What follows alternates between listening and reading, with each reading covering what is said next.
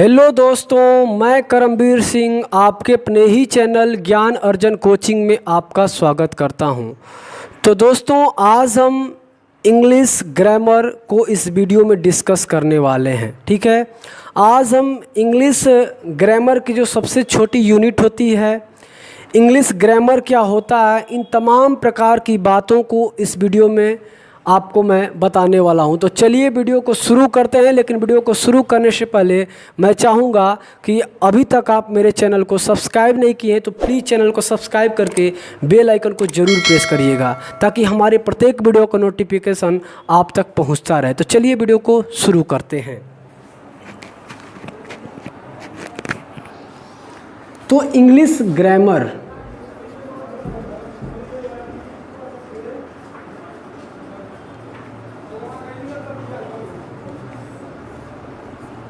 देखिए, किसी भी भाषा को पढ़ने के लिए हमको उसकी ग्रामर की आवश्यकता होती है। ठीक है, इंग्लिश जो है अपने आप में एक लैंग्वेज है। क्या है? अपने आप में इंग्लिश का एक लैंग्वेज है। और किसी भी लैंग्वेज को पढ़ने के लिए हम उसके क्या पढ़ना पड़ता है? पहले उसके ग्रामर को पढ़ना पड़ता है, यानी उसके व्याकरण को पढ़ना सबसे पहले पड़ता है। ठीक है, तो इंग्लिश क्या है? अपने आप में एक लैंग्वेज है। ठीक है, इंग्लिश क्या है? अपने आप में एक लैंग्वेज है। और किसी लैंग्वेज को जब हम लिखते हैं तो लिखने के लिए हमको क्या क्या चाहिए? स्क्रिप्ट चाहिए। क्या चाहिए? यहाँ पे देख लीजिए, थोड़ा सा मैं यहाँ लिख दे रहा हूँ। स्क्रिप्ट चाहिए। क्या चाहिए? स्क्रिप्ट। स्क्रिप्ट उसका लिपि। क्या चाहिए? लिपि। यानी कह सकते हैं कि जो लिखने की जो कला होती है उसी को बोला जाता है लिपि। लिखने की जो कला होती है उसी को क्या बोला जाता है? स्क्रिप्ट या लिपि कहलाता है वो। ठीक है, तो लैंग्वेज को हमको पढ़ने के लिए, लिखने के लिए किस चीज़ की आवश्यकता होगी? स्क्रिप्ट की। और लैंग्वेज की जो सबसे छोटी यूनिट होती है, यानी कि लैंग्वेज जिससे बनेगा, तो उसकी जो सबसे छोटी यूनिट होती है वो होता है आपका अल्फ़ाबेट। क्या होता है? अल्फ़ाबेट। ठीक है, अल्फ़ाबेट। और अल्फ़ाबेट में जो टोटल अल्फ़ाबेट जो होते हैं वो होते हैं 26। कितने होते हैं? 26 लेटर्स को ही हम अल्फ़ाबेट बोलते हैं। यानी 26 लेटर्स जो होते हैं उन्हीं को हम क्या बोलते हैं? अल्फ़ाबेट बोलते हैं। ठीक है, अब देखिए, जो ये अल्फ़ाबेट जो होते हैं ये 2 पार्ट्स में डिवाइड हो जाते हैं। ठीक है, अल्फ़ाबेट कितने पार्ट में डिवाइड होते हैं? 2 पार्ट में। पहला जो बनता है वो होता है वाउल्स। क्या होता है? वाउल्स। इसको वावेल्स नहीं पढ़ते, इसको वाउल्स पढ़ते हैं। क्या पढ़ेंगे? वाउल्स। और सेकेंड जो होता है वो होता है कॉन्सनेंट। क्या? बोलिए। कॉन्सनेंट्स। कॉन्सनेंट्स यानी पहला वाउल्स और सेकेंड जो होता है वो होता है क्या? कॉन्सनेंट्स होता है। वाउल्स जो आपका होता है, वाउल्स होते हैं 5। कितने होते हैं? 5। ए, ई, आई, ओ, यू। ये क्या होते हैं? ये होते हैं वाउल्स। क्या होते हैं? वाउल्स। और कॉन्सनेंट जो होते हैं, कॉन्सनेंट्स आपके 21 होते हैं। यानी इन 5 को छोड़ करके जो जितने बचे वो सब क्या हुए? कॉन्सनेंट। जैसे B, C, D dot dot dot Z तक। ठीक है, ये क्या हुए? आपके कॉन्सनेंट्स हो गए। तो आई होप आपको समझ में आ गया होगा। जो अल्फ़ाबेट होते हैं 2 पार्ट में होते हैं, वाउल्स और कॉन्सनेंट।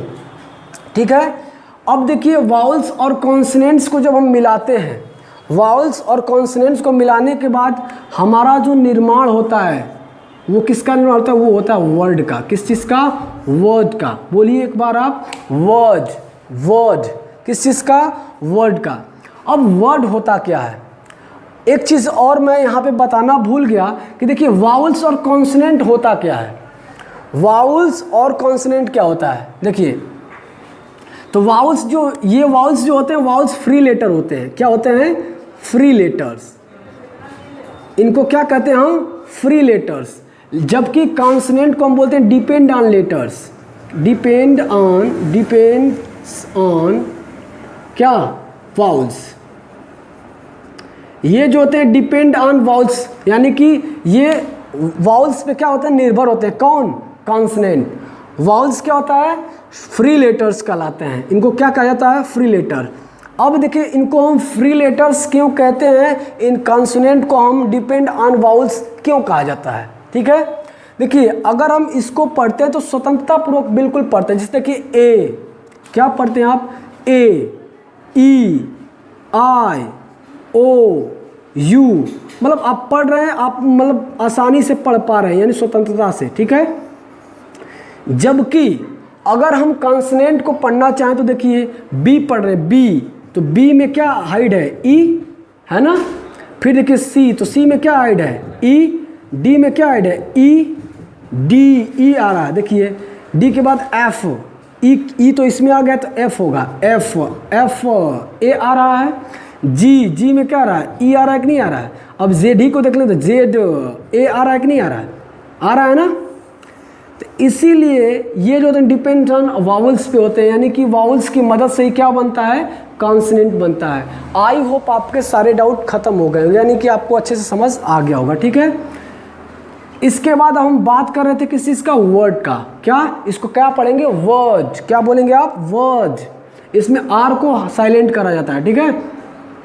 अब देखिए वर्ड होता क्या है, हिंदी में इसको बोलते हैं शब्द।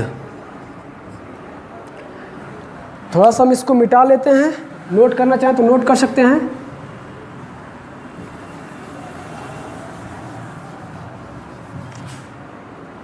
अब देखिए वर्ड क्या होता है।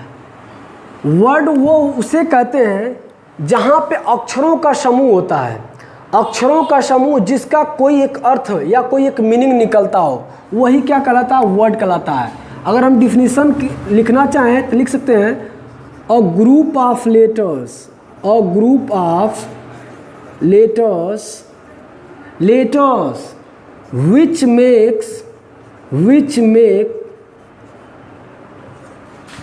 which make a complete meaning, a complete meaning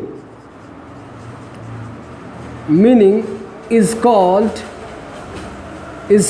word, is called word.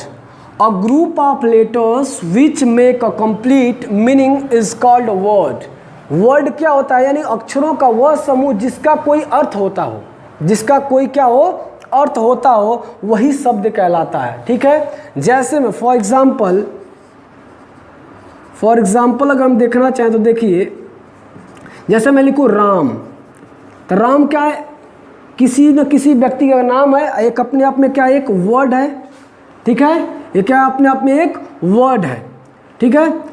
कोई भी एक एप्पल का ही एप्पल लिखते हैं, APPLE एप्पल, एप्पल भी अपने आप में क्या है, एक वर्ड है। यानी कोई भी नाम हो जिसका नाम हो कहीं ना कहीं क्या वर्ड है, ठीक है। तो आई होप आपको समझ आ गया हो कि वर्ड क्या है। वर्ड किसको मिलाने से बनता है, तो ये भी याद रखिएगा, वावल्स और कॉन्सोनेंट, वावल्स और कॉन्सोनेंट की मदद से क्या बनता है, वर्ड बनता है, ठीक है ना। देख रहे हैं ना। अब देखिए इसमें क्या कॉन्सोनेंट फिर वावल्स फिर कॉन्सोनेंट, इसमें देखिए वावल्स फिर दो कॉन्सोनेंट फिर कॉन्सोनेंट फिर वावल्स, ठीक है। तो कॉन्सोनेंट्स और वावल्स के मेल को ही वर्ड बोलते हैं, लेकिन जिसका कोई अर्थ भी बनना चाहिए, ठीक है। ये नहीं कि आप पता चले कि देखिए अब ए लिख दिए, एम लिख दिए और आर लिख दिए, कहते सर ये भी तो एक वावल्स और कॉन्सोनेंट्स मिला के एक, ये भी तो एक वर्ड है। जी नहीं, जब तक इसका कोई मीनिंग, कंप्लीट मीनिंग नहीं होता है, तब तक ये वर्ड के कैटेगरी में इसे नहीं लाया जा सकता, ठीक है। तो इसको आप लिखना चाहें तो लिख सकते हैं। अब वर्ड जो होता है, वर्ड का ही जो विस्तृत रूप, वर्ड को सीखने के लिए हमें पार्ट्स ऑफ स्पीच को पढ़ना पड़ता है। किस चीज़ को, पार्ट्स ऑफ स्पीच, ठीक है। इसको हम थोड़ा सा यहाँ इरेज कर लेते हैं। तो देखिए हम पार्ट्स ऑफ स्पीच, इसको हम पार्ट्स ऑफ स्पीच नहीं क्या पढ़ते हैं, पार्ट्स ऑफ स्पीच, ठीक है। इसको बोला जाता है शब्द भेद। क्या है आपका, शब्द भेद। और पार्ट्स ऑफ स्पीच कितने होते हैं, तो टोटल आपके 8 होते हैं। कितने होते हैं, 8 होते हैं। एक और इंक्लूड किया गया है जो आपका आर्टिकल्स होता है। क्या होता है, आर्टिकल्स होता है, ठीक है। तो 9, यानी टोटल 9 कह सकते हैं। बट हम लोगों को स्टडी करना कितना, 8 का। आर्टिकल्स को मैं अलग से आपको कवर करा दूंगा, ठीक है ना। तो चलिए हम पार्ट्स ऑफ स्पीच को देख लेते हैं, ठीक है। तो पहला पार्ट्स ऑफ स्पीच जो होता है वो होता है क्या आपका, नाउन। क्या होता है, नाउन। क्या पढ़ेंगे, नाउन। सेकेंड जो आपका होता है वो होता है क्या, प्रोनाउन। क्या होता है, प्रोनाउन। क्या, प्रोनाउन। और थर्ड आपका होता है क्या होता है, वो होता है एडजेक्टिव। क्या होता है, एडजेक्टिव। क्या पढ़ेंगे आप इसको, एडजेक्टिव। इसमें डी को साइलेंट करा जाता है, ठीक है। एडजेक्टिव आपका वर्ब। क्या, वर्ब। इसको पढ़े क्या, वर्ब। हिंदी में भी मैं लिख दे रहा हूं वर्ब, इसको पढ़ेंगे एडजेक्टिव। एडजेक्टिव, इसको वर्ब। फिर उसके बाद क्या, एडवर्ब। एडवर्ब, एडवर्ब, ठीक है। बोलते रहिए आप साथ में, एडवर्ब, एडजेक्टिव, वर्ब, एडवर्ब, ठीक है। इसको क्या पढ़ेंगे आप, पढ़िए थोड़ा, देखिए इसको लोग पढ़ते हैं प्रीपोजिशन। क्या पढ़ते हैं, प्रीपोजिशन, जो कि गलत है, पढ़ने का स्टाइल नहीं है, सही स्टाइल नहीं है, ठीक है। इसको हम क्या पढ़ेंगे, प्रीपोजिशन। क्या पढ़ेंगे, प्रीपोजिशन। क्या, प्रीपोजिशन। प्रीपोजिशन, क्या पढ़ेंगे आप, प्रीपोजिशन, ठीक है। प्रीपोजिशन के बाद क्या पढ़ेंगे, नेक्स्ट जो है आपका कंजंक्शन। क्या इसको पढ़ा जाता है, कंजंक्शन। बोलिए एक बार, कंजंक्शन। कंजंक्शन, कंजंक्शन के बाद जो लास्ट जो आपका पार्ट्स ऑफ स्पीच का भाग है वो है आपका क्या, आप पढ़िए थोड़ा सा, इसको लोग पढ़ते हैं इंटरजेक्शन। क्या पढ़ते हैं, इंटरजेक्शन। लेकिन इसको पढ़ा क्या जाएगा, इंटरजेक्शन। Interjection, interjection, interjection. क्या पढ़ेंगे हम, इंटरजेक्शन, ठीक है। तो पहला आपका नाउन, दूसरा प्रोनाउन, तीसरा एडजेक्टिव, चौथा आपका हो गया वर्ब, और पांचवा एडवर्ब, और छठा आपका प्रीपोजिशन, प्रीपोजिशन, और सातवां आपका कंजंक्शन, और आठवां आपका इंटरजेक्शन। इंटरजेक्शन, क्या, आर जो इसमें क्या होता है, साइलेंट होता है, तो इंटरजेक्शन पढ़ते हैं, ठीक है। तो इसको आप नोट भी कर सकते हैं, ठीक है। नोट कर लीजिए या स्क्रीनशॉट ले लीजिए।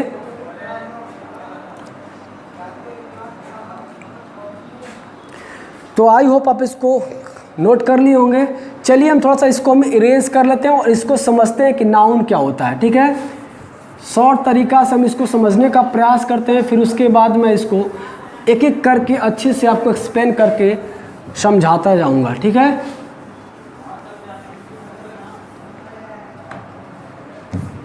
देखिए नाउन क्या होता है, नाउन को हम क्या बोलते हैं, नाउन को हम बोलते हैं नेमिंग वर्ड। क्या बोलते हैं, नेमिंग वर्ड्स। बोलिए एक बार, क्या बोलते हैं नाउन को, नेमिंग वर्ड्स। नेमिंग वर्ड्स में किसी भी नाम का, जो किसी भी नाउन यानी कोई भी नाम हो उसको क्या बोला जाएगा, नेमिंग वर्ड। नेमिंग कोई भी नाम हो उसको क्या बोला जाएगा, नाउन बोला जाएगा, ठीक है।